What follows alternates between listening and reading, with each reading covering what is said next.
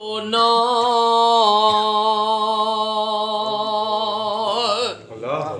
या अल्लाह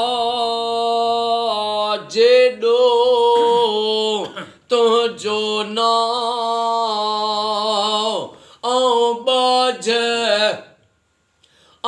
बाज बे ओड्याई मंगा रियथ बिये रियथुणिये तू शपर तू शां कुजाड़ो कहाँ तोखे मालूम सबका ओ मुझा करीम अल्लाह अॼु को साईं अॼु 19 रजब जुमे जे बरकतुन वारे ॾियारे साईं शेर अली मेतलो साहब जे घर में एडवोकेट शफ़क़त अली एडवोकेट शफ़ायत अली साईं जे घर में महबूब मिठड़े जी लख सलवात पढ़ी थसे। ओ मौला अॼु को शेर अली साईं शफ़क़त अली शफ़ायत अली साईं जो ख़ैर अॼु की ग़ुलामी ही ख़ैर पंहिंजी बारगाह में उहद जबल जेॾो लिखण क़बूल फरमा। रब सलवात जे सदके हिन घर ते जेके भी बीमारियूं मुश्किलातूं वे क़यामत ताईं दूर फरमा। शेर अली साईं खे शफ़क़त अली एडवोकेट शफ़ायत अली साईं खे सेहत वडी खिजरी हयाती अता फरमा। अल्लाह दाद साईं के सेहत वडी हयाती अता फरमा।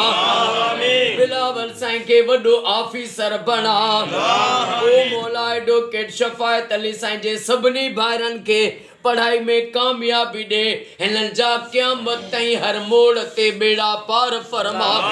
हिनन जे रोज़ी रिज़्क़ इज़्ज़त में बरकतूं अता फरमा। असां जे जमात जे निगरान साईं अरबाब अली मेतलो साईं के सेहत वडी हयाती अता फरमा। साईं गुलाम मोहम्मद सियाल साईं के गुलाम मोहम्मद साईं जे बचड़न के सेहत दे उनते जेके भी बीमारियूं मुश्किलातूं सब दूर फरमा। गुलजार अली साईं जा अल्लाह यार साईं जा बाबा साबिर अली साईं जा बच्चा घर आबाद फरमा। मुझा अल्लाह जेके बीमार आहिनि उन्हनि खे शफ़ा अता फरमा। हाजी अल्लाह वधायो बाबा साईं के सेहत वडी हयाती अता फरमा। जेके बेरोजगार आहिनि उन्हनि खे रोज़ी अता फरमा। बीमारनि खे शफ़ा अता फरमा। गरीबन जूं गुरबतूं दूर फरमा।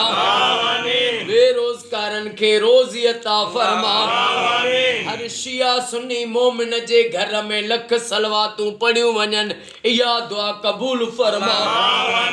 ओ मौला जे भी शफ़ाअत साईं के दुआ जे लाइ चयो आहे जा जे लाइ भी सोचनि था उन्हनि जा बेड़ा पार फरमा। मुंहिंजूं भेनरूं डॉक्टरियाणियूं उन्हनि खे क़यामत ताईं आबाद फरमा।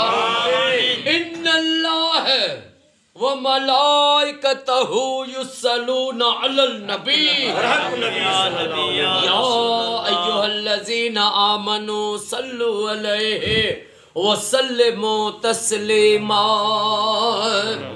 अल्लाहुम्मा सल्लि अला मुहम्मद व आले मुहम्मद ला इलाहा इल्लल्लाह मुहम्मदुर रसूलुल्लाह नारे हैदरी।